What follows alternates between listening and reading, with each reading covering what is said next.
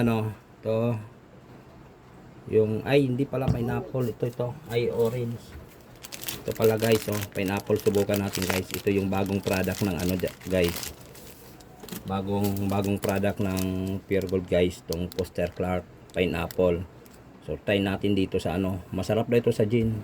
To, gin pineapple guys. So i-try natin guys ha. So timpla tayo guys.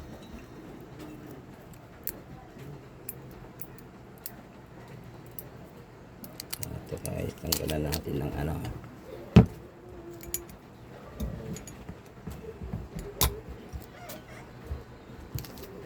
Guys, tapos yan guys, oh. Pakita natin, baka sabihin na dinadaya natin sila eh. So, bawasan natin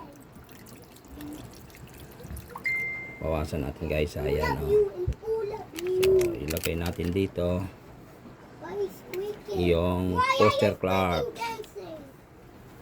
Ayan, oh. Mas masarap na ito kasi yung isa na brand guys, sobrang tamis. Pero ito tama lang to. Kasi 700 grams lang ang ano nito eh. Ayan, oh. Ayan. Oh, try natin guys. Sundihan natin kung talagang pareha sila nag ano ba, nag-aapoy. Nag-aapoy guys, oh.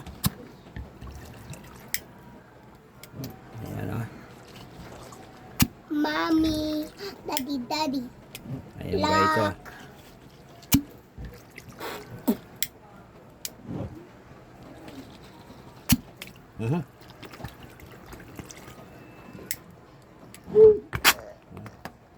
Ayan guys. Try natin kung anong lasa. Ayan guys, ganyan lang kadami guys yung ano, yung tubig niyan, tapos malaking yelo.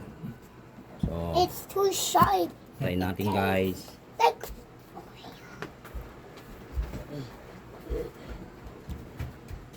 Daddy, look.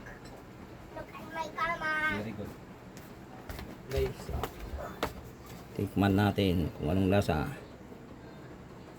Try, tikman mo nga kung anong lasa, oh. Pineapple. Tingnan mo. Hindi naman kung parehas ano lang. Oh. Okay. Ha? Okay.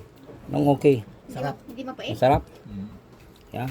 Tikman nga natin guys. Hindi naman. Medyo Tayo ang ano. Ha? Yan guys, oh. Hindi pa nahalo. Parehas lang guys. Yung lasa mas masarap nga siya eh. Kaya subukan nyo ito guys, oh. Isang Foster Clark pineapple, tsaka isang ano, isang gin